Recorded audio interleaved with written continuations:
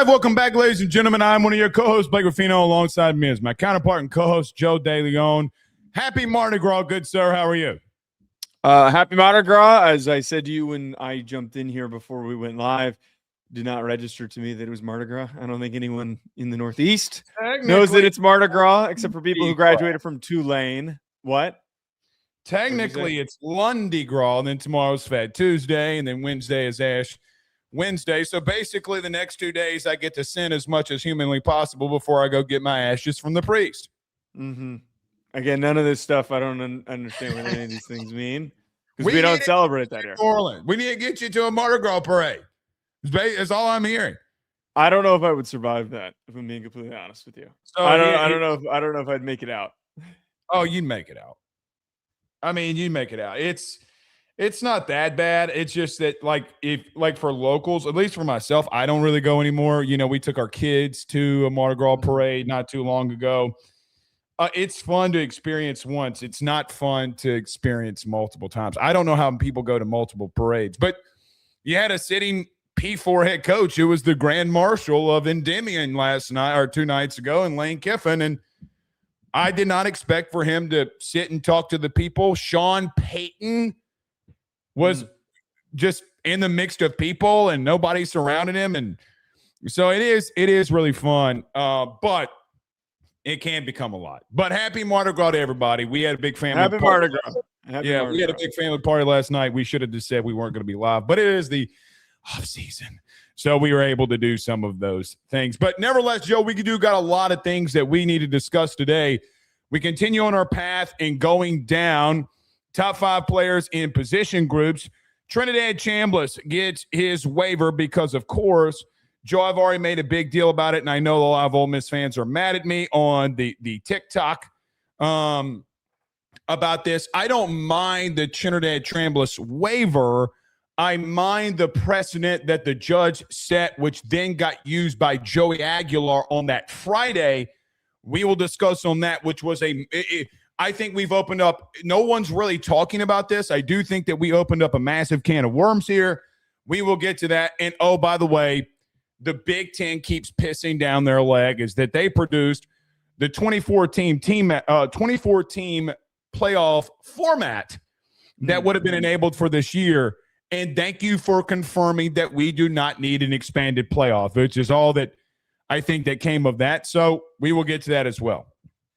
Yeah, pretty interesting kind of layer of bits of news that came out. The Big Ten schedule proposal seemingly went under the rug, and I'm gonna wait to bring this up when we get to that segment. I don't know if you know this, but I brought up often during the season that there needs to be an enaction of dynamic scheduling for conferences. And what I mean by that is that the conferences need to have the ability to change late season matchups in order to create more meaningful games for the teams at the top of the conference. To eliminate the situation that we had in the ACC, it could create more competitive matchups that would then set up conference championships and then set up for the college football playoff. The Pac-12 is the first conference that just announced their schedule. We don't need to talk about it right now. I'd rather we talk about it during the Big Ten segment. I'm going to bring it up. They announced that their Week 13 game is a flex game that allows for them to change what the matchup is based on who's in the hunt for the college football playoff. So there's a lot of things that happened that I don't think a lot of people were paying attention to. Because people don't want to pay attention during the offseason, but yeah, that's when all the news continues to play out. But nevertheless, we're live. Everyone do us a favor by hitting the like and share. If you're on Facebook, share to all those groups and all those social media pages. If you're watching us or listening to us on YouTube, do us a favor. Subscribe down below. We greatly appreciate y'all doing that. Wherever you listen to audio podcasts, rate, review, and subscribe. Every Ruffino and Joe show is brought to you by our good friends over at FanDuel. Download the FD Sportsbook app today. Use your mobile device when you do so. Or those parlays, bets. Got some a lot of futures that are on there as well. For any thoughts, questions, concerns, go to FanDuel.com/RG for more details. All right, Joe, let's continue. Let's go in because we got a lot that we need to discuss here. We continue on our path of top 5 players at each and every position group. I've already started for linebacker, by the way, for Wednesday. Holy moly. that position group, I think one team in the SEC has two guys that will be on my list that are undeniable. With that being said, Joe, we keep talking about, this is the real thing before we get into this that I want to bring up. We keep talking about this draft class, and we keep talking about next year's quarterback draft class. Joe, I think this might be this is coming together as arguably one of the better defensive drafts in 2027 than we've had in a long time. I think that there are probably 50 to 60 guys that will have first-round grades that won't get drafted in the first round because there's not enough spots. As we've only done two position groups here, and we haven't even done our second. We've done defensive ends. We go through the defensive tackles today. This defensive line group has really got me like, oh, my God, we got a lot of studs. But I know that's not right, but goodness gracious. Yeah, I don't know if there'll be 50, 60 first-round grades because that would be – I got 50 grades. I think, though, the 2027 class and also the 2028 class, we're going to bring up a couple of youngsters that won't be eligible for next year's draft that are going to be just sophomores this year. It feels like we're finally past the clunky wave of COVID kids, COVID eligibility, and we're starting to get back to normal player development. One of the things that we haven't really discussed very much on this show, one of the things that we haven't really discussed about on the show that COVID impacted with player development is the inability for actual on-field coaching for a stretch. And I think that affected what these draft classes have looked like for 2025 and 2026. They are really bad draft classes. 2027 and 2028, I think, are going to completely reset that market because there's just going to be a ridiculous amount of names that we're going to bring up probably over the course of the next couple of weeks and that we've already discussed on the other shows that we did. Will be very interesting to see moving forward. But nevertheless, let's get into our top five here. Joe, who are your top five defensive tackles coming into the 2026 season? At number one, I've got Amari Washington from Oregon. Number two, I got Ahmad Moten from Miami. Number three, Tyreek Tucker from Indiana. And then I got two young guns. The defensive tackle group is not as gifted for 2027, but as I said, there are a bunch of freshmen, a lot of really good freshmen I think are going to emerge. Jakeem Stewart from USC, the Louisiana kid who chose to go out west, and then Elijah Griffin, the Georgia defensive tackle who really showed up at the end of the season when Georgia needed. Oh, wait. And two. Go ahead. I thought I accidentally wrote down Elijah Haven off of our text. Sorry, what were you going to say? I was just going to say, too, we forget about Justice Terry. It just really depends on what position group that he's going to play. Yeah. But with that being said, my top five, Ahmad Moten, who I think is the number one defensive tackle in the country. Amari Washington at number two. A.J. Holmes. Joe, in investigating this, I really freaking like A.J. Holmes. We'll get into that as well. Elijah Griffin at number four, and James Smith, who left Alabama going to Ohio State here. Let's start off because we both have Amari Washington and Ahmad Moten. I guess which ones do you want to start off with first here? Well, let's have the discussion about both of these guys. I think that it is a matter of there's no wrong answer. I personally think that Washington has a slight separation because I think if there is a defensive tackle worthy of going in the top 15 picks of next year's draft, it's going to be Amari Washington. He was on Feldman's freaks list going into the year before he had even really played. He is going to be, and you watch him on film, before he decided to come back to school, I had a top 15 grade on him, despite him not being like a truly well-rounded prospect that does need some refinement. He moves at a ridiculous level for a 330-pound defensive tackle. The speed in which that he can play at is Jordan Davis-esque. The way that he is able to pick up speed and to move in space, the flexibility, I think that there is some massive upside for him to become an even better pass rusher, and that's where he takes the bigger step. He only had 1.5 sacks this past year, 4.5 tackles for loss, but for a nose, those are pretty solid numbers. What I want to see from Amari Washington this upcoming year, Blake, I want to see, can he go from being a true nose to a disruptive every down player? Yeah, well, he's a little big to be a 3-tech, but an every down player that can make plays against the run and rack up closer to 10 tackles for loss. Moton was much closer in that production because he is an older player, a more experienced player, and he is going to put up really good numbers regardless of what happens this season. I think the last part of what you just said separated the both of them, because you do have Washington that does play that nose one technique, or what, if you want to call it shaded head up or 2-3, whatever you want to call it. I think for me, it was Moton's ability to be that level of size and play both. And then the level of disruptiveness. So we talk about the ACC, okay? We can say, well, Blake or Joe, whoever, Washington's in the Big Ten. You have Moton in the ACC. The problem is, Joe, I could make the argument that Moton might have been one of the more important pieces on that defensive line for Miami in the playoff. I mean, look, you talk about Moton goes out, Kywin Lacey breaks out a long run. They score a touchdown. He comes in and makes some massive plays. Look, I think it's, for me, it's three things. Number one, being able to play the three tech if he absolutely needs to. Number two, Joe, he led the country in pressures from the defensive tackle position. Now, A.J. Holmes was number 2 at 9 in pressures or hurries. And then you have Ahmad Moton having 9 tackles for a loss and 4.5 sacks. So not only am I getting a pretty damn good run defender, we're talking about a situation where my 2 and 3 had a lot of quarterback hurries. Now, when you look at the quarterback hits and you talk about a lot of things that he did, Joe, I think he's just overall more productive. So when I got Moton having 9 tackles for loss, 4.5 sacks, him and A.J. Holmes, who's at my number 3, up there in quarterback hurries and pressures, that's where I start to separate this thing a little bit. Now, it's the playoffs for me is where it kind of separates a little bit, because I thought Moton just had more of an impact for me. The impact was there. Now, I guess, Joe, I think you're kind of fine-tuning some things. I just think Moton, even though more experienced, you're fighting of the experience versus the projection.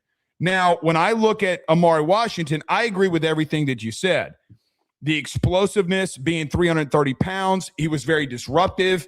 I mean, there's not a lot of things that you can take away, and you're kind of battling over semantics. There's nothing to really disagree with here. The only thing is, for me, is I think that Moton just had a high level of production and disruptiveness that led them to ultimately the national championship game versus Washington. But again, I'm not trying to take away anything from Washington. I just think Moton had, and by the way, I love, like, look at this face mask. Like, look at this. I love a big defensive tackle that wears a wide receiver's face mask. I mean, like, that you're a stud when you do that. So that's where I separated. Now, again, we could fight over small semantics. I think both of them are 1-2, regardless of what we want to bring out. Washington just doesn't have the production of Moton, and I do think that 3-tech thing matters when, especially, you got to get after the quarterback. Yeah, and they're just two completely different players in the regard that Washington is the higher upside, younger guy who burst onto the scene and did some really great things playing in his specific role. Moton is the more experienced guy who's been around and has the proven production. The thing with these two guys is that I know going into next year, I know what to expect from Moton. Washington could theoretically stagnate and stay where he's at. He would still be right there up with Moton. Which wouldn't be a slight to him. He had a really productive year. Right. That's my point, is that he would still end up being one of the best defensive tackles in the country. And as we always do with these lists, you and I always lean projection. And I think that Washington, if he hits his ceiling, as we're talking in February, we could be talking about him as a special defensive tackle type of a player. The other thing, too, that's really interesting, I almost put this guy on my list, but I didn't. Bear Alexander was an all Big Ten player. Bear Alexander, I considered putting him in there because his production was there. I think we're starting to see Bear Alexander play to his potential, and him sticking around for one more season was one of the more mature things that he did, after a lot of people talked about his lack of maturity for bouncing around from school to school to school. So he's a guy to watch. Years. That's a lot. Insane. He is a guy to watch.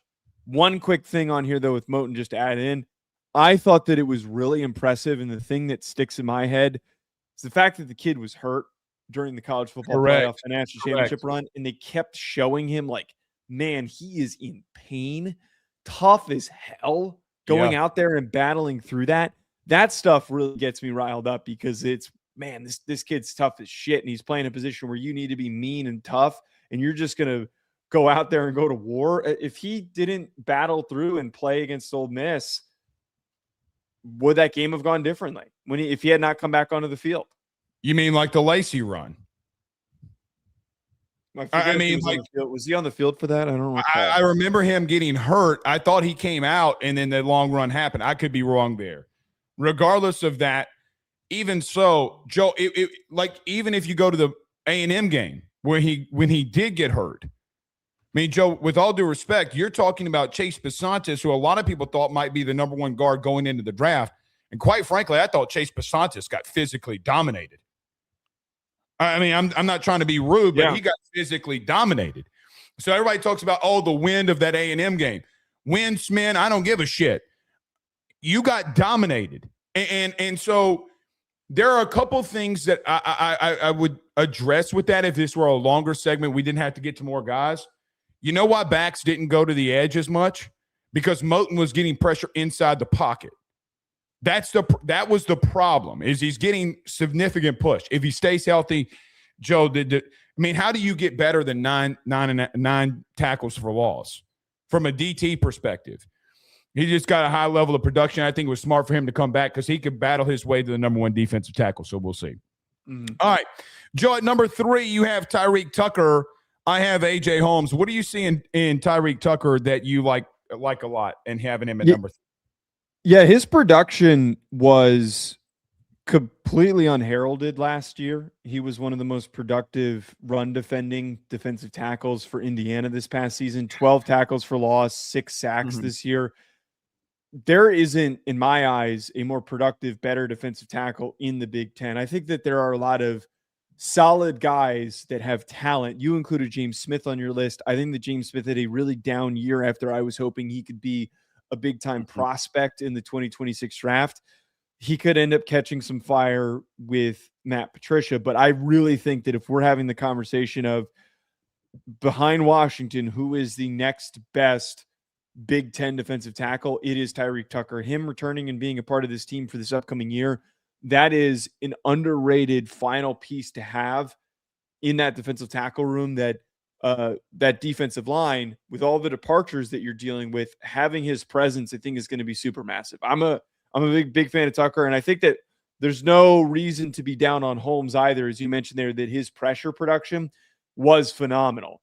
He had a lot of guys around him that he set those guys up for sacks because he did such a good job in the interior. I just don't think you can go wrong. Like, I would rather Holmes than Tucker, personally. I think size plays a little bit of a factor for me, and then the playoff production played a little bit of a factor for me. A lot of assist tackling in that Oregon game it gets a little bit deceiving. But, Joe, non-production in the playoffs, I think when teams went at him to some extent, like for an example, you get against Ohio State, okay, he's got 2 tackles for assist, 1.5 tackles for loss. But Bama, he has nothing. You go against Miami, he has nothing. And I think the size of the other offensive linemen really played a factor in that. I need to see more from Tucker. Now, you talk about a level of production. The problem I have is some of the higher levels of production he had came out of conference, like Indiana State, he had 2 tackles for loss. Kennesaw State, he had a tackle for loss. Illinois, he did have 2. But just some of these bigger games, whether it be Oregon, where he's not really as productive, you go down to some of the playoff games, he's not as level of productive. When I turn on Texas Tech versus Oregon, I feel like A.J. Holmes really, was a big factor in what he played. Now, we talk about A.J. Holmes from Texas Tech. 9 tackles for loss, 4.5 sacks. We're talking about the hurries and pressures and quarterback hits. Joey had 7 quarterback hits as a defensive tackle. He had 9 hurries on quarterbacks this past season. So I guess when I look at that, I don't really, it doesn't bother me that you have Tucker there. I just feel like if I had the preferences, which I did, I kind of like AJ Holmes' size and ability more than I did Tucker's. Again, we're fighting over semantics. I don't hate Tucker's at your number 3 at all. I just wonder how he produces again in year 2 versus anything. Yeah, the counter argument I guess I could supply is that Tucker was the 4th best player on his defensive line with Lee Hunter, with LaMelo Height, and with David Bailey. To generate pressures is a little bit easier when you have a top 5 pick, 2 top 50 picks alongside you. We're going to find out what AJ Holmes does this upcoming season when he's going to be the best interior defensive lineman among the group. But the thing with defensive tackles and when you're ranking them, usually when you get past the top 2 and in the NFL and college in any regard, when we're not talking about a draft evaluation, we're just talking about production, success, what these guys are going to do this upcoming year.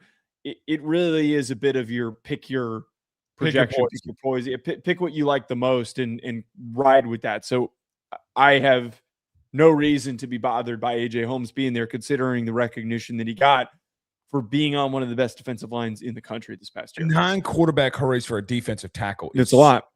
It's a lot. That is a lot. 7 quarterback hits is a lot. Now, you could say, to your argument of Holmes, I don't actually disagree. Having to step up in the pocket because of Bailey and company forcing quarterbacks into the pocket did play a role for him, and there's no denying that. Mm-hmm. Here's the only problem that I would, when people say stuff like that, he's still dominating one-on-one blocks.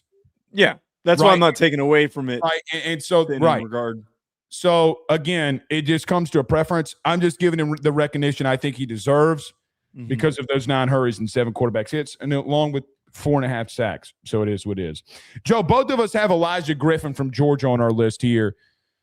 Both of us are really projecting here, right? I mean, because last year, Elijah Haven, I'd keep doing that because he's a kid here. I'm sorry. Elijah Griffin, 22 tackles, 2.5 tackles for loss, and a sack. It's not as if that he came in here and dominated, but you're talking about arguably the number 1 defensive tackle in not this past year, but the year before's recruiting class. Joe, does he take that next step? And I think a lot of us believe that coming in here, and that's why both of us have him in our list, that Elijah Griffin may just be that guy that gets Georgia more back to what they were in that interior of that defensive line as they've been in the past.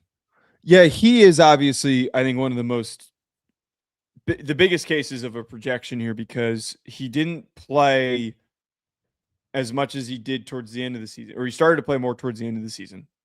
And we started to see a pretty significant impact. When we do our defensive breakout players, he is a guy that I'm going to have on my list. He is returning to the level of talent that Georgia had that they were recruiting along their defensive line. He was one of the top overall recruits, not defensive tackle recruits, overall recruits in his recruiting class. 5-star kid, immensely talented. I think that the 2.5 tackles for loss and the 1 sack is just a taste of what he could become. I think that there's an ability for him becoming a disruptive pass rusher. I think that he is going to be somebody who is swallowing a ton of blocks. I think that he is going to free up everybody around him. We started to see a big major difference for the Georgia defensive line when he was playing at his best. He was not generating ridiculous numbers. But when you have a guy as talented as him as a true freshman, it diverts attention. It frees up other players. The biggest thing that I'm intrigued about for this upcoming year is who does emerge potentially as that top tier pass rusher. And do we also see Griffin take the step that we're hoping for? Or is this a Michael Williams case where Williams had a really good first year on the Georgia defensive line, and then he kind of stagnated to a degree. He kind of stayed the same. He never really developed physically the way that we were hoping for. and his numbers never really jumped to the level that we thought of. The very first time that we did a breakout player segment, you and I both talked about Michael Williams, and it felt like he was always, he's going to break out. He's going to break out. He's going to break out. I think that Griffin is a much different player, and I think that there has just been naturally a proven track record that he will not fall into that Michael Williams situation. For me, well, I don't think Williams, I mean, I guess it is what it is. I'll leave that alone. I think for me, the Texas game, Joe, where you see him and him dominating in the run game, I think that, like, as an example, like I would pull this clip up if we were able to. I think it's the pass rush and this disruptiveness, and he didn't have, look, an edge hit the portal from Georgia. They needed to generate pass rush. Can they do that to help him? Because there are a lot of times when you watch that he's in the game, Joe, here's the truth. With a better edge presence, he's dominating. Right? Like, I mean, he is dominating. So when it's more of a deeper pull, quote unquote, about, look, man, you can say whatever you want. You can talk about whatever you want. The production isn't there from a stats perspective, but how he's dominating, you're talking about a former 5-star guy that, Joe, I do think is going to take the next step. Ragdolling Texas, ragdolling Ole Miss, ragdolling some of these teams that I'm just like, look, man, if they can figure it out and he takes that step, he might be number one going into next year. I think he has that level of ability. So I guess we'll see. The 2.5 tackles for loss. I mean, I think that they need to be more productive at edge. That will really let him go. So we'll see. You also have Jakeem Stewart on your list here. Explain. Dude, not only does this guy have the numbers, he had 7.5 tackles for loss. He had 1.5 sacks this past year. Mm-hmm. Some of his highlights that he had last season, I have not had a full deep dive on him yet, and I plan to watch his tape a little closer. But man, dude, he explodes through the line. He moves really freaking well. I think that obviously, as being a true freshman defensive tackle, there does need to be some technical growth, and we'll see with D'Anton Lynn gone. High. He plays way too high. Yeah, there's going to be some improvement that comes away from this and for what he needs to do to get better as a player. But man, I am blown away by this kid. You're talking about the way Elijah Griffin could be the number one defensive tackle in this discussion at the end of the year. I think if there's a player that I'm projecting that could just wow everybody, could take over college football over the next 2 seasons, I think it's going to be Jakeem Stewart. Jakeem Stewart is just so freaking disruptive for a kid who was pretty green last year. Once he learns how to play more technically sound, the Big Ten is going to be on notice, and the Big Ten is going to be in hell trying to block this kid. Is he a defensive tackle or an edge? I think he's a DT. 6'5", he's 290. I thought he was more disruptive and more problematic in the interior, but it's a good question. Well, it just depends on where they play him.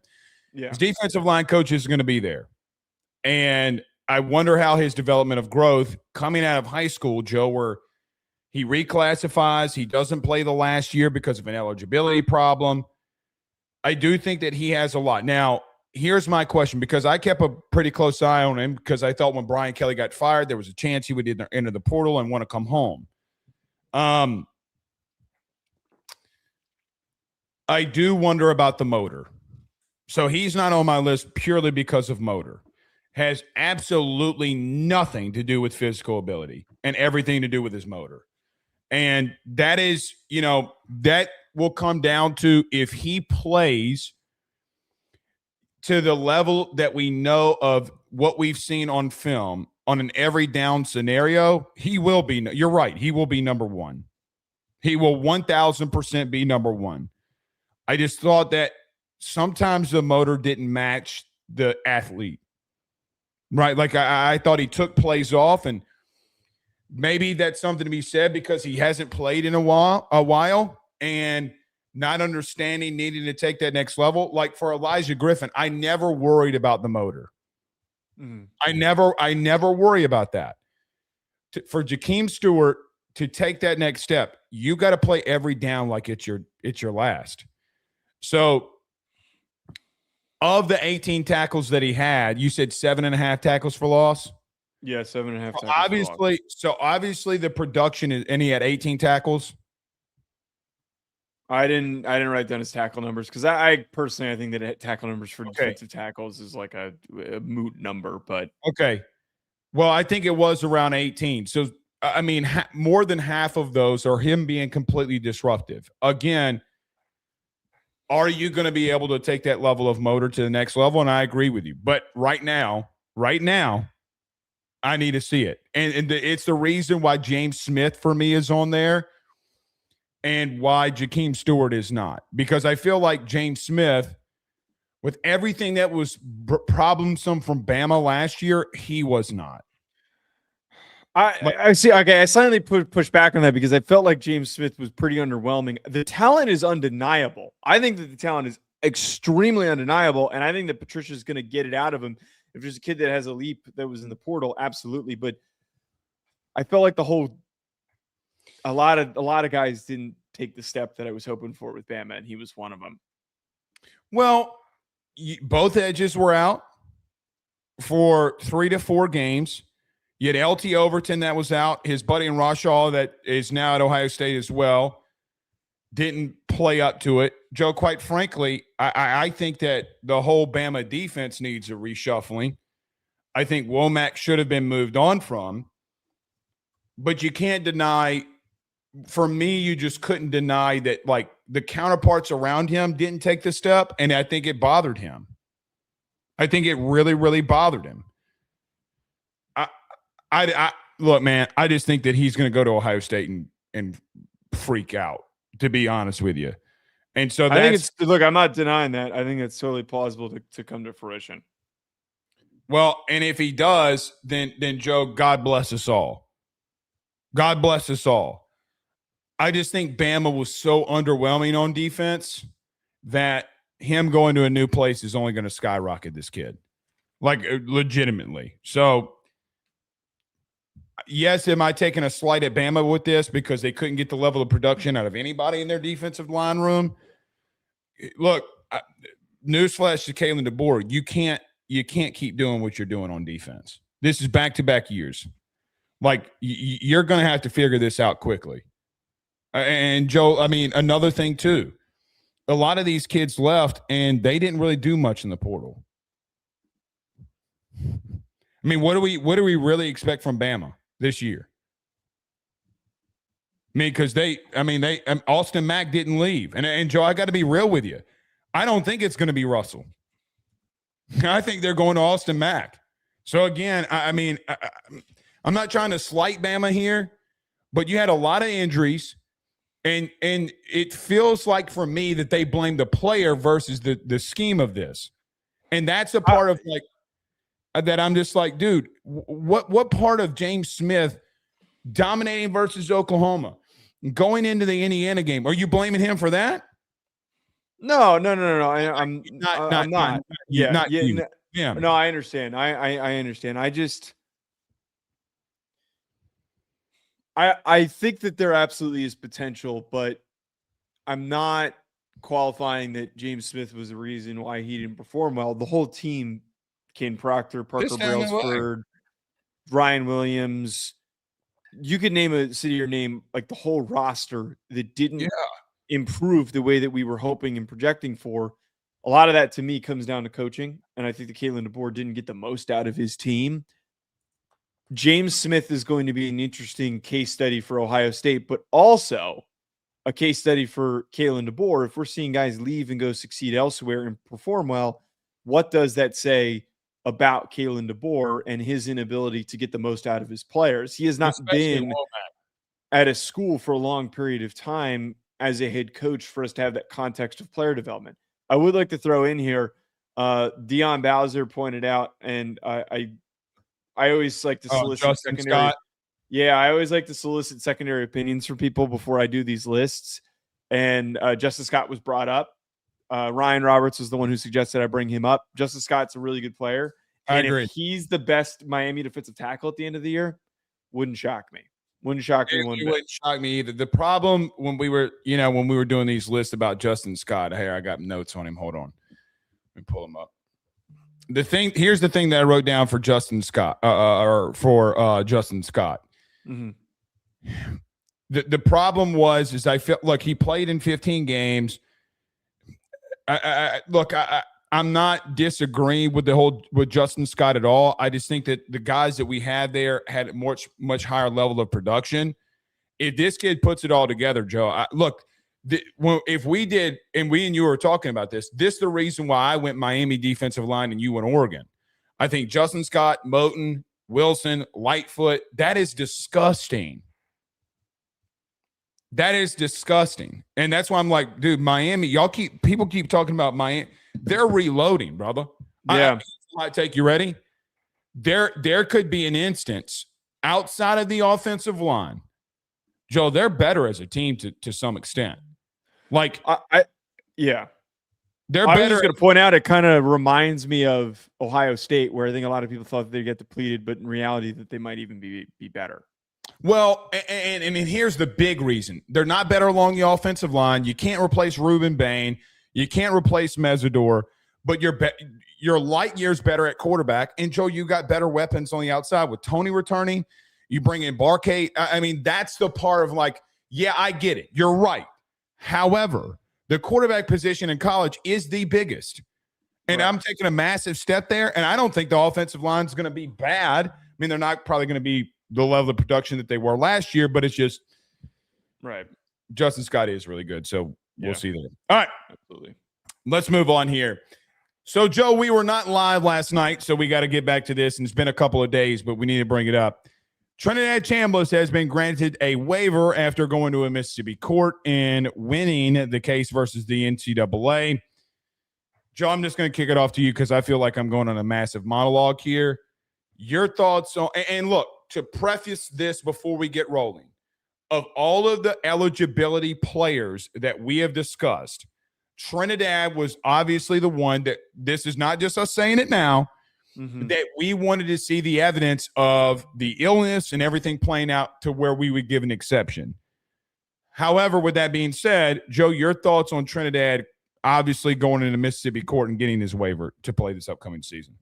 Look, as you kind of just said there, he had the most logical case to have been granted another year of eligibility. If they could prove that he was incapable of playing and he was seriously impacted by his health situation with the tonsillitis, it would make sense for him to end up winning this case.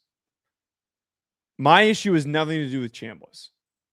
It has everything to do with the current system and situation that we're in, because this was truly accentuated by the way that the judge was acting and the way that this judge was talking and the way that these judges in all of these cases are related to the current state of these court cases with the NCAA.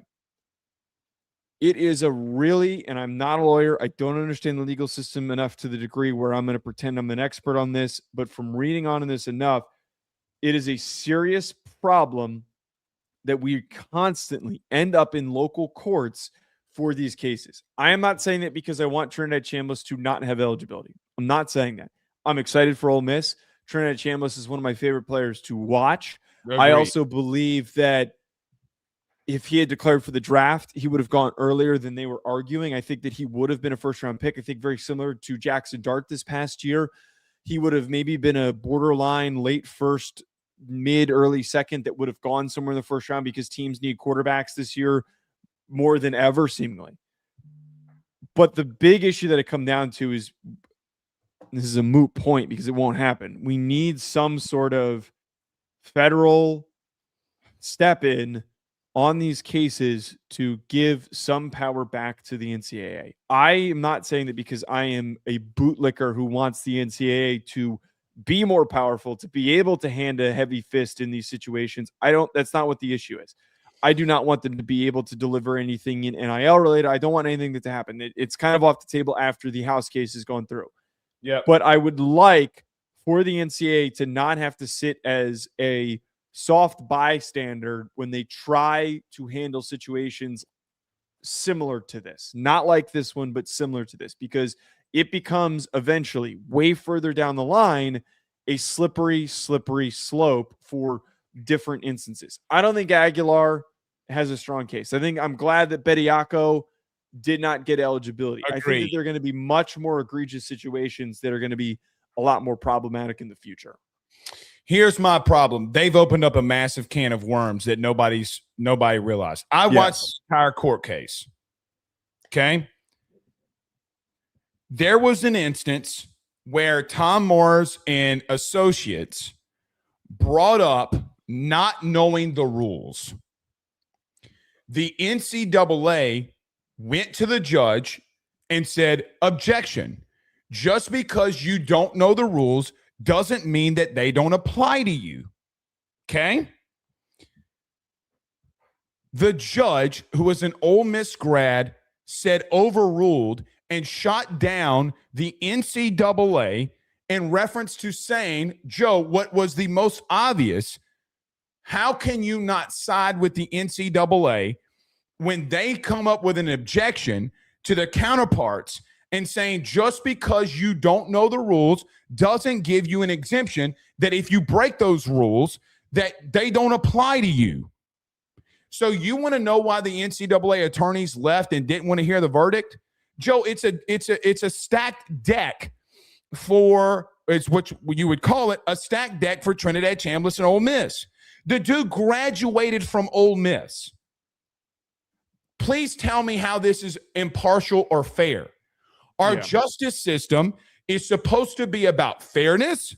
Our justice system is supposed to be, whether it's criminal or civil, is supposed to be, and that's why you see the balance beams in the middle of all these courtrooms, because the balance of justice. What does the balance of justice tell us? You mean to tell me that you had a sitting judge who did not overrule Tom Mars and associates when the NCAA stated that just because you don't know the rules doesn't mean you're exempt from those applying to you? Do you understand the precedent that just got set? Now, I know that I have a viral video that's going off on TikTok. I get it. I know people are mad at me about this Trinidad Chambliss thing. Joe, at what point is that going to be used when someone else does this? I'm so glad someone asked. What happened with Joey Aguilar literally the day after? They argued that they did not know the rules. Precedent set. So now you have a court case that literally you can go based off of, where a judge overruled the NCAA. Joe, if I get in my truck right now and I hit the highway and I go 30 miles over the speed limit and I tell a cop if I get pulled over that, oh man, I didn't know the speed limit, does that exempt me from not knowing the rules of the speed limit? Or do I still get a ticket? What are we doing? It is a stacked deck. It is a stacked deck. You were right when you started off. This is a horrible precedent. These things should not and cannot be played out in state court. How are they getting played out in state court? Here's my question. The college football playoff and the postseason is not run by the NCAA. Why don't you let these guys make these guys ineligible? It is a third party entity for a national championship. Why don't you investigate it? Now, it does seem like his medical case had bearing. But if you watch the NCAA and them going after the doctor, they ask one simple question. When you knew that he needed to have his tonsils taken out, why did you wait so long?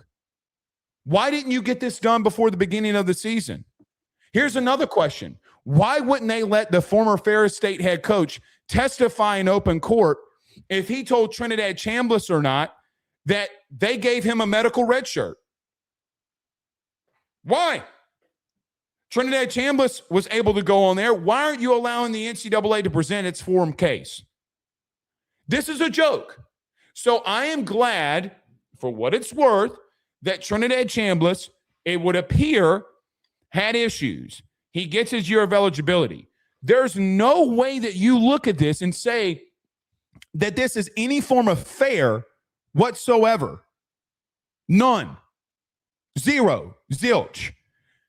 The biggest problem that I have is a sitting judge, a graduate of Ole Miss, sitting there and saying basically that the rules don't apply because Trinidad didn't know them. Do you understand how horrible that is? Yeah. This is what I'm getting at, is that I know it sounds like we're specifically going after Ole Miss in this situation, but we're not. I'm going after the judge. I'm going after the judge. Correct. And this is an issue that is happening across the board with all of these court cases, is that logic is thrown out the window because there is inherent bias that is unavoidable. We've discussed this multiple times. Finding a judge who did not graduate either from a school or a competing school, a rival, it's unlikely for that to come to fruition. So we're now placed into this fantasy world in a way where anything can happen because the judge may or may not have a bias. You think he didn't have a bias when he got Trinidad Chambliss to sign an autograph on a Trinidad flag? Well, that was probably the worst part about this, and I can't believe that guy had the lack of awareness to think that was okay for him to do. Here at the end of the day is, I think that the way I would be looking at this would be very different. If Chambliss had won the case and the judge wasn't so, to a degree, bombastic with the way that he was acting and talking and aggressive towards the NCAA, I think that my feelings toward this would not be completely different, but I wouldn't probably be sitting here talking like this about this circumstance. Right. And here's a really good point with this, is that we haven't talked about, we'll probably talk about the Aguilar situation, but we're going to have a completely different angle for the Aguilar situation, because that is moving at a much slower pace, and that is moving at a much more normal pace. For anyone who doesn't know, after the hearing on Friday, he stated that he could not rule from the bench and needed more time in order to get the decision correct. If that had happened with the Ole Miss case and there was the proper evaluation and a more calm evaluation, again, I think that we'd be having a completely different discussion. He didn't even think.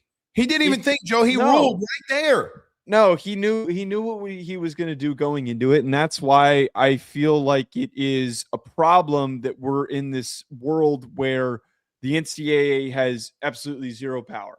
I think that no college football fan should root for that. I think that college football is better off for a lot of the ways in which the NCAA was able to, the ways in which the NCAA tried to put down its power in the past was completely wrong for the sport, and it was bad for college athletes.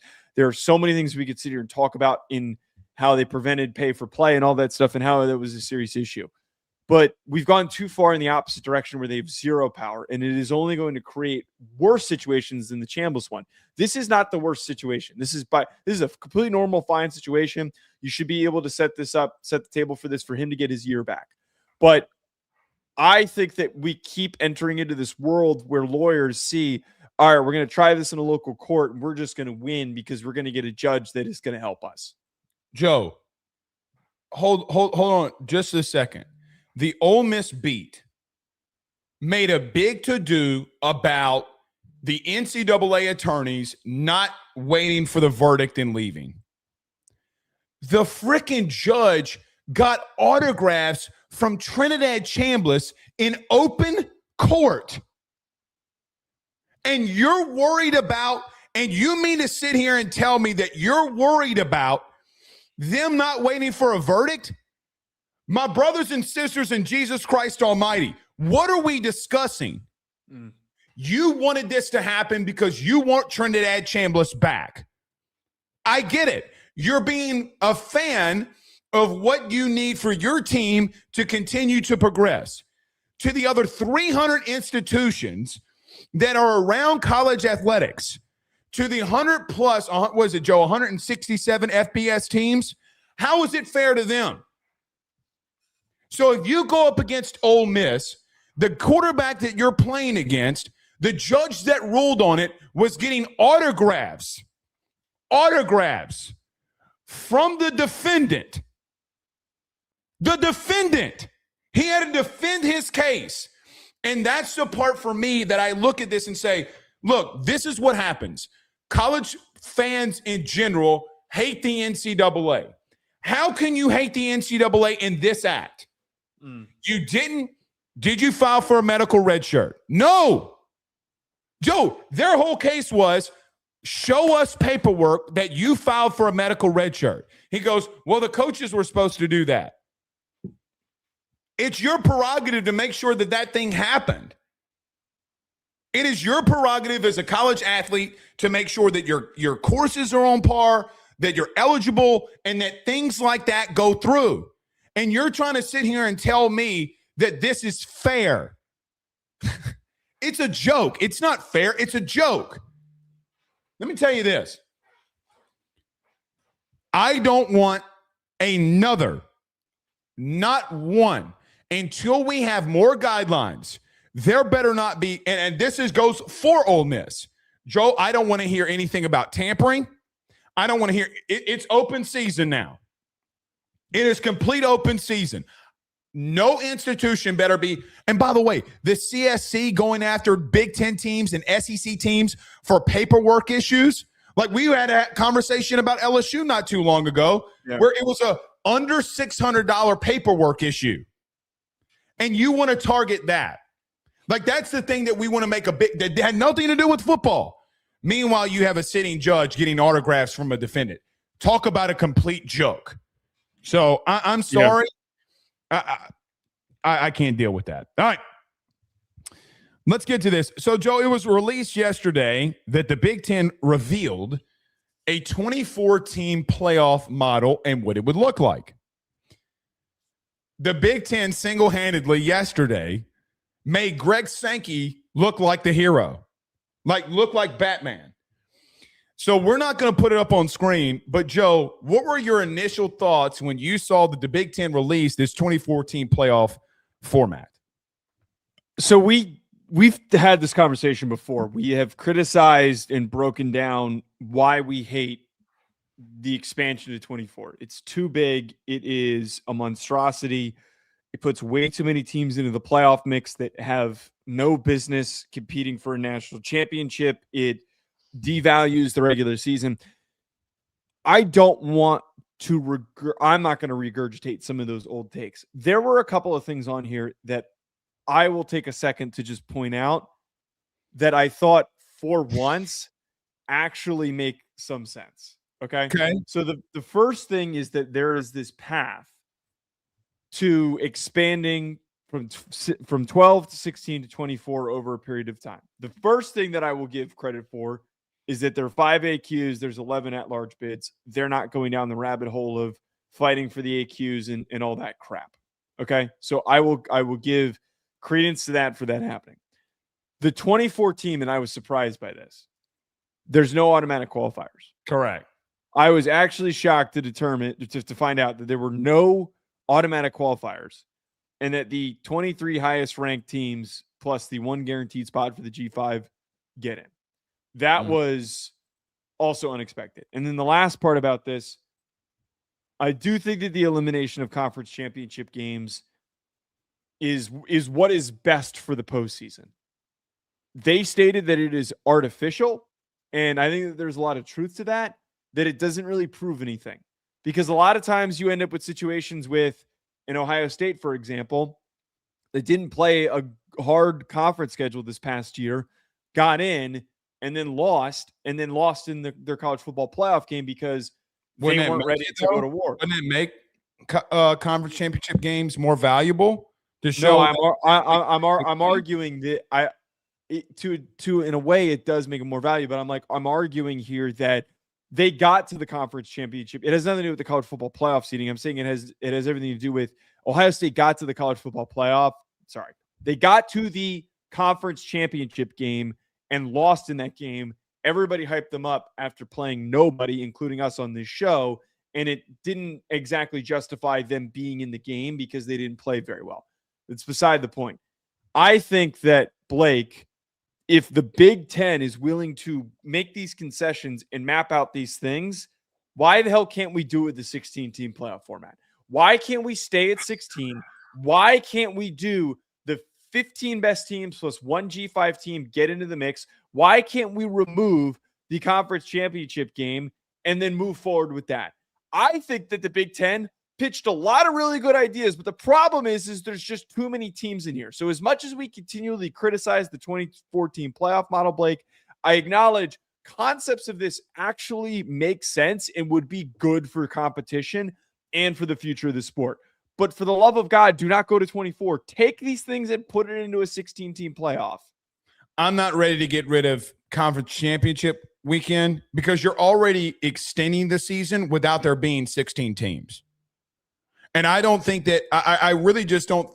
Let's go have a championship game, Joe, for your conference. Why not? Now, there's two things that I agree with you on. Actually, I pretty much agree with the whole thing. But you're right. There are obstacles of this that you and I have yelled from the rafters. Make it a complete AQ or non-AQ model.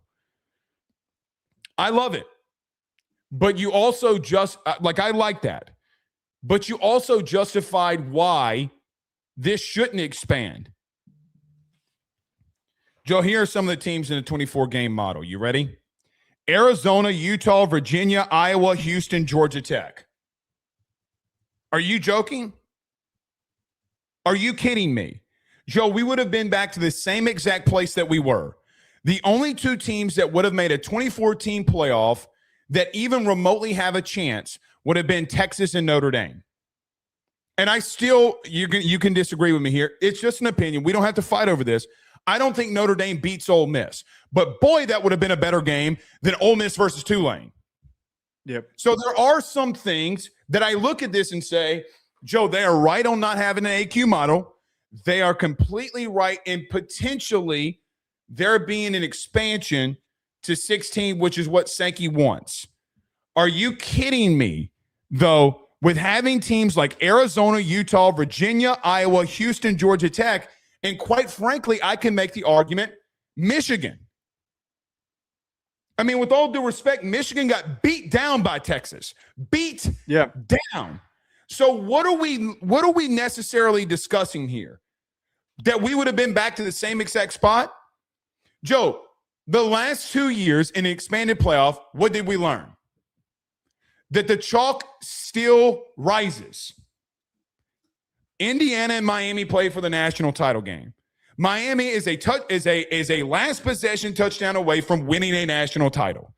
Two most talented teams won or played. Are you going to sit here and tell me that Arizona, Utah, Virginia, Iowa, Houston, and Georgia Tech deserve to be in an expanded playoff? You're doing this for money. You literally just made Greg Sankey look like the most smartest man in the room, even though I agree with them on a non-AQ model. But they are already trying to condition our minds to a 16-team expansion. Joe, if they go to 24, this will be an outright joke. Texas and Notre Dame are the only two teams that even remotely from a talent perspective would have had a chance. Only ones. So where I don't disagree that they had some good things, you literally just showed the country what this would look like and why it shouldn't happen. I'll give an example of a team. Joe, do you think that Arizona, Utah, Virginia, Houston, or Georgia Tech went through the same model that Tennessee did? Like, let me give an example. Tennessee went 8-4, did they not? Well, let's talk about the teams that they lost to. So glad people asked. Alabama, playoff team. Georgia, playoff team. Vanderbilt, not a playoff team, but was at number 16 or number 14, 15, whatever it was at the end of this. They lost to playoff teams. So you want to put Arizona, Utah, Virginia, Houston, or Georgia Tech? So, Joe, you're bringing in Big 12 and ACC teams that, quite honestly, we know don't belong here. So you're expanding it for what? Joe, who won the Big 12 this past year? Texas Tech. What happened to them in the playoff? They lost. No. Well, yes. But they got blown out. They got completely blown out. And you want to bring in Arizona, Utah, Virginia, Houston, and Georgia Tech into this mix? That's what you want to do. You want to bring Tulane and James Madison into this mix? That's what you want to do. Do you understand how dumb that is? Yeah. You literally just proved what everybody knew. And let me tell you something else. College football was built on the anxiety of every week having massive amounts of purpose. If you keep expanding, that purpose goes away. And you cannot convince me that 3 more Big Ten teams that would have entered the playoff field, Iowa, Michigan, USC, is not why they don't want to do that. Come on, Joe. Come on. You would have had 9 SEC teams. And then you have the litter of BYU, of Arizona, of Utah, of Virginia getting in there. Are we joking? That's the part where I'm like, even if you expanded to 16, those 16 teams better have Notre Dame and Texas in it. They better, and then you have an argument. I don't even know if Texas can get in because Vanderbilt beat them. Like, what are we doing here? Joe, this is a joke. And it literally proved everything that Greg Sankey has stated. And if you want to, this is why Tony Patini needs to be moved aside. If he wants to fight for something, let's fight for not having an AQ model. Let's just say 15 plus 1. So you worry about litigation? Sounds good to me. Make the plus 1 got to have a G5 team. Sounds good. But at the same time here, Joe, I can't get behind any of this. They need to shrink it before they expand it. Well, I think you should slightly alter that. I think that we can get behind the concepts of adjusting who gets in and the 15-1 model that would remove automatic qualifiers.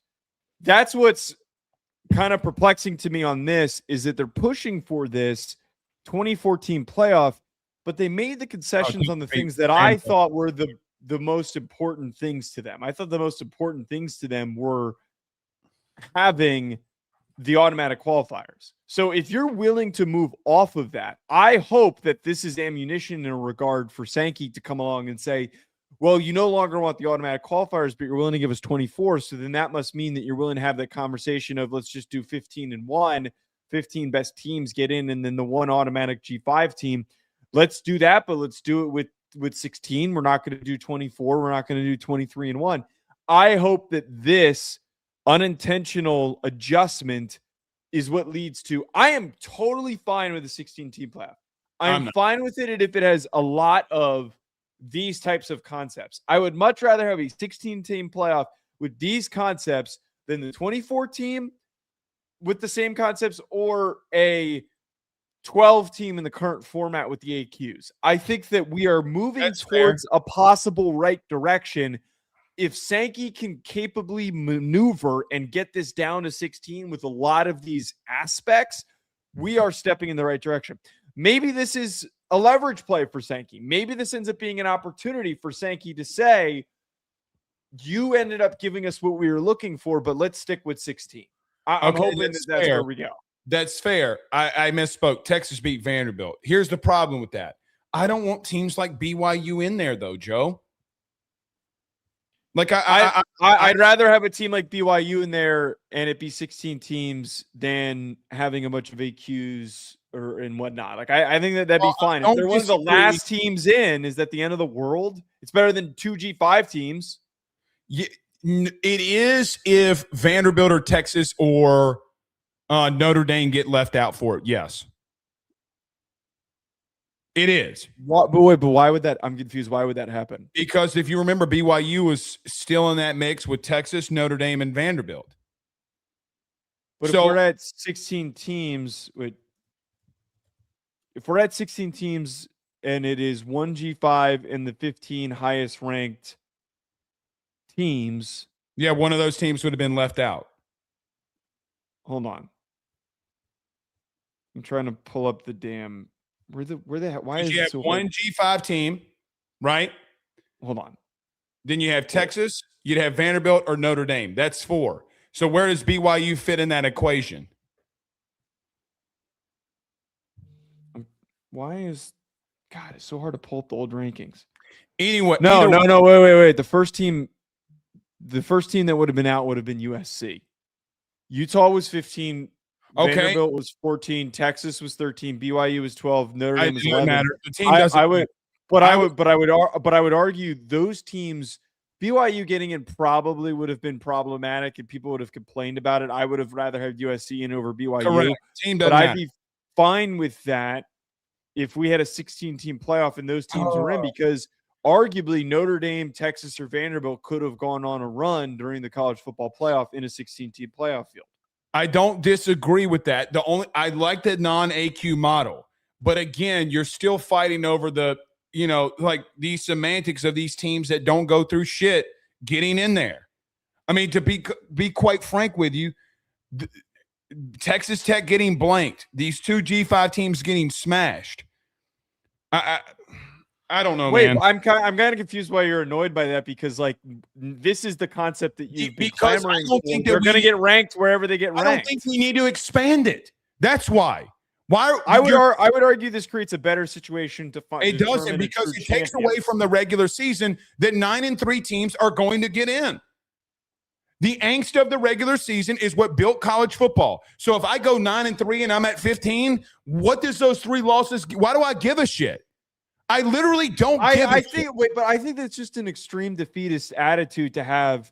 Why do I care all of a sudden? 9-3 is still a really good season, and I think that arguably it is. Texas but you argued for a Texas team that was 9-3 to get in. I would have argued if Texas gotten in, it would have created a more compelling playoff field. Getting in because they went through something much different than BYU and some of these other teams did. Schedules are not created equally. However, when you keep expanding, you're going to devalue the regular season. Like, Joe, no one really gives a flying shit if you lose a game in the NFL. If you win enough, it doesn't really matter. That's why the regular season, if you lose, you win, it doesn't give a flying shit. But when you look at the college football, it's not the NFL. The what was built on was, all right, man, we are both 9-1. And if we lose this game and we got another ranked opponent down, like literally next week, the anxiety builds and builds and builds. If I can go to a situation where I'm a 9, maybe 10 win team, why do I give a shit? We're never going to get back to that. We lost that the minute that the BCS died and that we went to the 14 playoffs. So we're never going to get back to that. So in order to create the best window for putting in the most qualified teams and for us to actually get to prove the harder schedule, tested and built a better team for Texas compared to BYU, both of them need to get into the playoff field. I don't think that this is such a problem. I keep saying Texas. I could use the same argument for USC. The same exact argument. Oh, wait. So you lost to Notre Dame. Oh, Blake, they got a bad Illinois loss. BYU got their shit pushed in by a team that faced off against Oregon that got blanked. That's the problems that I start having here. And then the whole you're always going to have a problem with how things are ranked. You're going to have problems with how they're ranked at 4. You're going to have problems with how they're ranked at 8. You're going to have problems with how they're ranked at 12. So, like, I think getting bothered by theoretical, non-existent. It's not theoretical when they keep. It's not theoretical when they keep happening. But your issue has nothing to do with the format. It has everything to do with the committee and the decision makers. Well, Joe, these are the decision makers that keep expanding. The committee doesn't have any impact in expansion. No, the decision makers are saying Petiti. But yeah, Petiti. He's acting like a big Petiti. Petiti. Yeah, that big Petiti. That's his new name for me, Petiti. He needs to go suckle on a Petiti.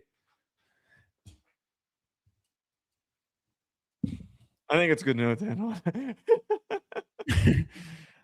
Hey, what was the last thing that Ruffino and Joe said? Petiti. All right. We'll see y'all Wednesday. Y'all have a blessed Mardi Gras. Peace. Hold on. We met Go Gooder says $5 super chat. Thank you. Tigers. And we almost forgot. I almost forgot. All right. We got it. See you Wednesday. Peace.